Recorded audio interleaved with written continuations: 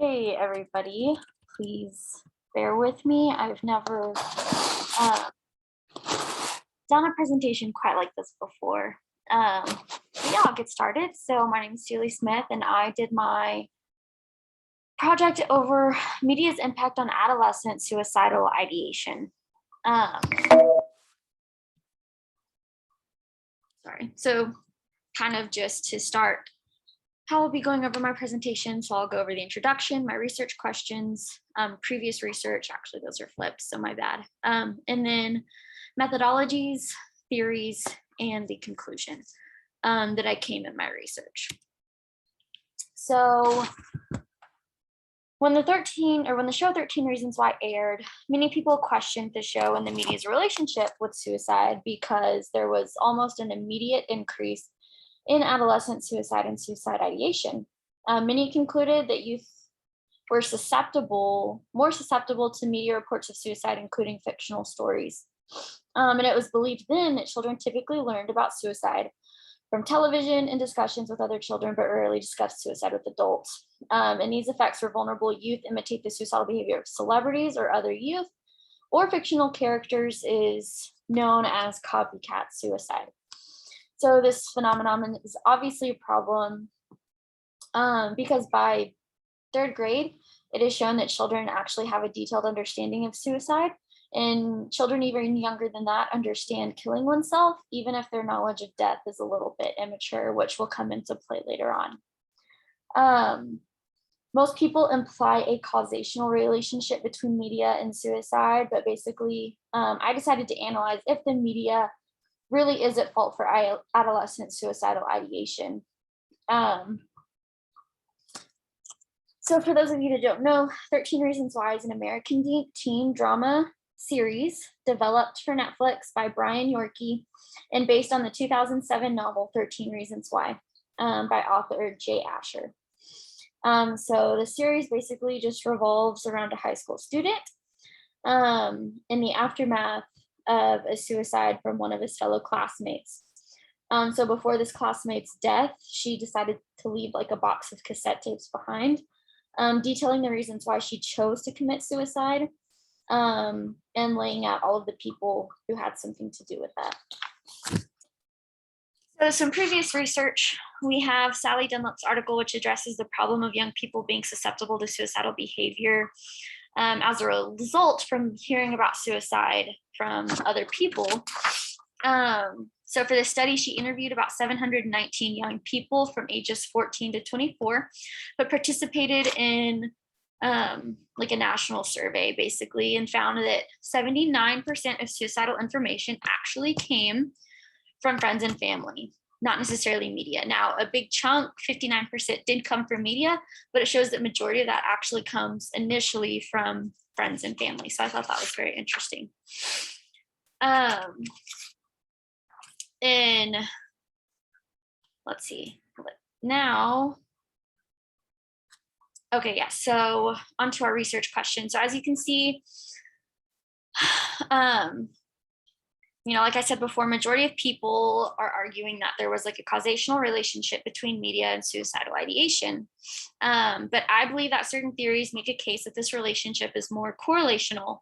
So before we dive into these theories, these are going to be my research questions that will be guiding this research and prove or disprove my hypothesis that suicidal ideation is a correlational relationship and not causational. So we have, how does transportation lead to cultivation?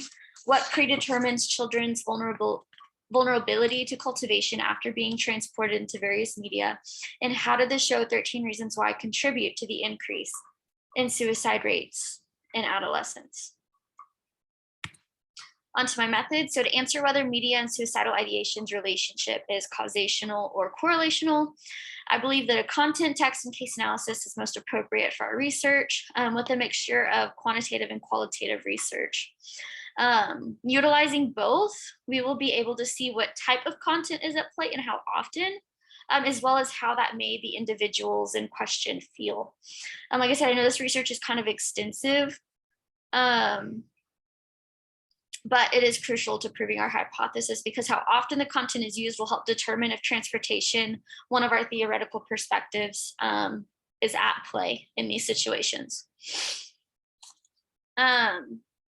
So then analyzing media content and text related to the show 13 Reasons Why, and text related to adolescent suicidal ideation, cultivation, and transportation, we can actually conceptualize the theories.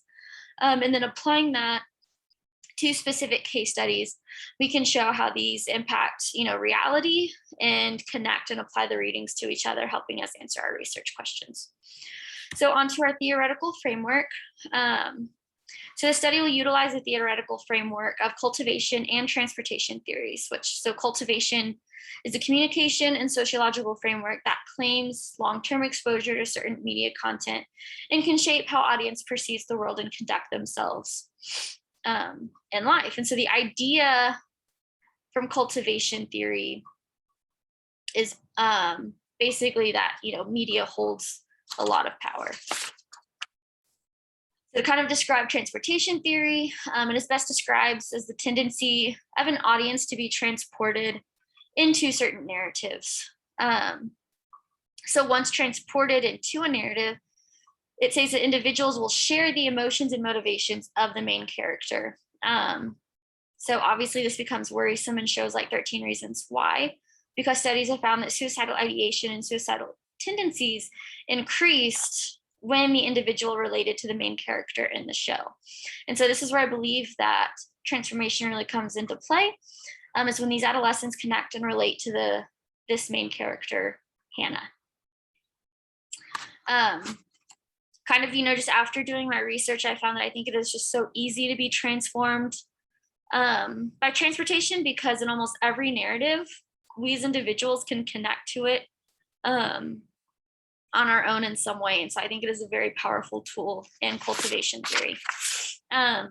Just because, as humans, we want to be able to escape our responsibilities, our worries. And this is why whenever we fall into transportation, we become very vulnerable. So as I read these articles, I wondered how I had never realized this narrative engagement effect before with transportation. And then I started to think about it. Even as children, almost all of our books had hidden messages in it. What that encouraged us to think something or do something purposefully.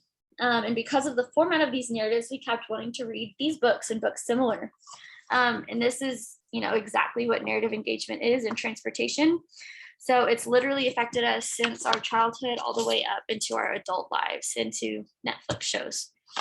To go into heuristics a little bit, so this is kind of where effect heuristics come into play, and theorize that although we are susceptible to being transformed, that transformation and narrative engagement still stems from our own previous experience, because heuristics are mental shortcuts that facilitate our problem solving and probability judgments, but can still result in irrational and inaccurate conclusions. So the effect heuristic specifically assumes that the effective meaning evoked by a hazard of influence is risk and benefit perception. So this heuristic was explained in terms of like images in people's minds.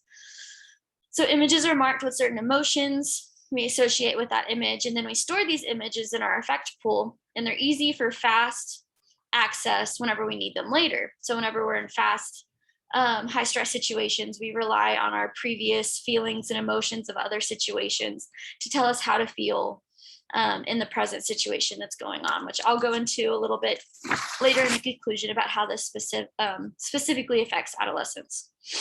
But to simplify, heuristics basically tells us that children are more prone to using these because they're less educated, meaning that they will process things more emotionally and irrationally because they rely on these heuristics.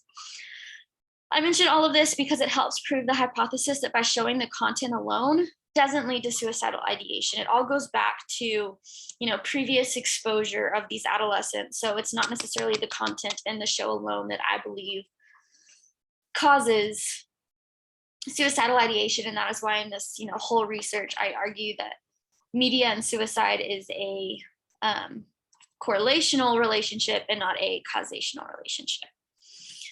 So to conclude, Like I said, I never argued that the show 13 Reasons Why didn't have an effect or contribute to suicide or suicidal ideation.